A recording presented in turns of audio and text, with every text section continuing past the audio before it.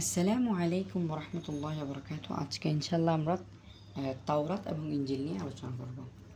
তো প্রথমে আসে তাওরাত নিয়ে। উভয়টি হচ্ছে মূলত তাওরাত এবং ইনজিল উভয়টি হচ্ছে হিব্রু ভাষার শব্দ। এবার আসেন তাওরাতটি নিয়ে। তাওরাত এটি দেখেন শেষে তাওরাতু শেষে হচ্ছে একটা ছোট্ট গুলতা আছে। তো আমরা এই গোলতাটাকে একটা প্রদীপের মতো চিন্তা করতে পারি বা একটা হচ্ছে মোমবাতির মতো চিন্তা করতে পারি। তাহলে ওই মোমবাতির মধ্যে কী থাকে? আলো থাকে।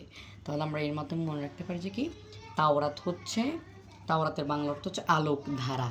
ঠিক আছে? আর তাওরাত পাশে কিন্তু ছোট্ট একটা তা আছে। তাহলে এটা থেকে আমরা মনে রাখতে পারি এটাকে একটা আমরা মোমবাতির মতো কল্পনা করে আমরা এটাকে মনে রাখতে পারি যে এটির অর্থ হচ্ছে আলোক ধারা, আলোক ধারা। আর আপনারা সবাই জানেন এটি মুসা আলাইহিস ইসলামের উপর 40 দিন তুর পাহাড়ে এতেকাফের পরে নাজিল হয়েছিল।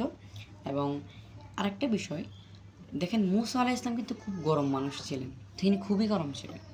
তো এদিক থেকে আমরা মনে রাখতে পারি যে যেহেতু মুসা আলাইহিস ইসলাম গরম ছিলেন, সেহেতু মুসা আলাইহিস ইসলাম যে দিনটি রয়েছে সেটিও কঠিন ছিল। ঠিক আছে? তাহলে মুসা আলাইহিস ইসলামের বিধিবিধানগুলো, মুসা আলাইহিস ইসলামের কিতাবের বিধানগুলো ছিল কঠিন।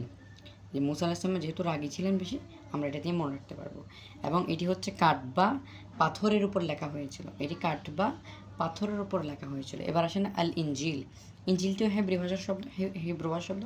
এবার এর অর্থ হচ্ছে, তো এখানে দেখেন ইনজিল শব্দটা আমরা এটাকে একটা ফেরেশতার নামের সাথে কল্পনা করতে পারি, সেটা হচ্ছে ইসরাফিল।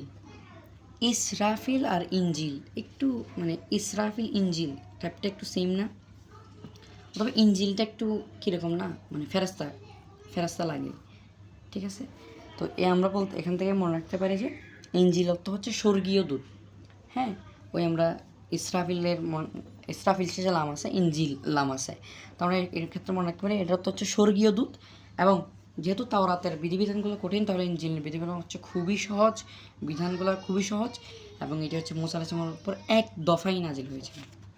এখন আমরা এর সাথে বোনাস আরেকটা আলোচনা করে ফেলি, আল ফুরকান।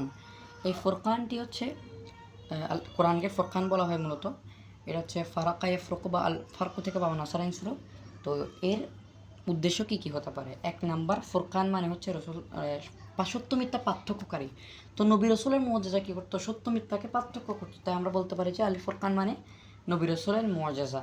এরপর আমরা বলতে পারি যে যাবতীয় আসমানি কিতাব হচ্ছে আল ফুরকান, সবাই সত্য মিথ্যা পার্থক্য করতো। তারপর হচ্ছে আল কোরআন, এটাকে আমরা নেই মনে রাখতে পারি যেহেতু কোরআনের মধ্যেই আছে ফুরকান। আবার কারো মধ্যে হচ্ছে জাবুর কিতাবকে ফুরকান বলা হয়। তো ভালো থাকবেন, সুস্থ থাকবেন। আসসালামু আলাইকুম রহমতুল্লাহ বারকাতুহু।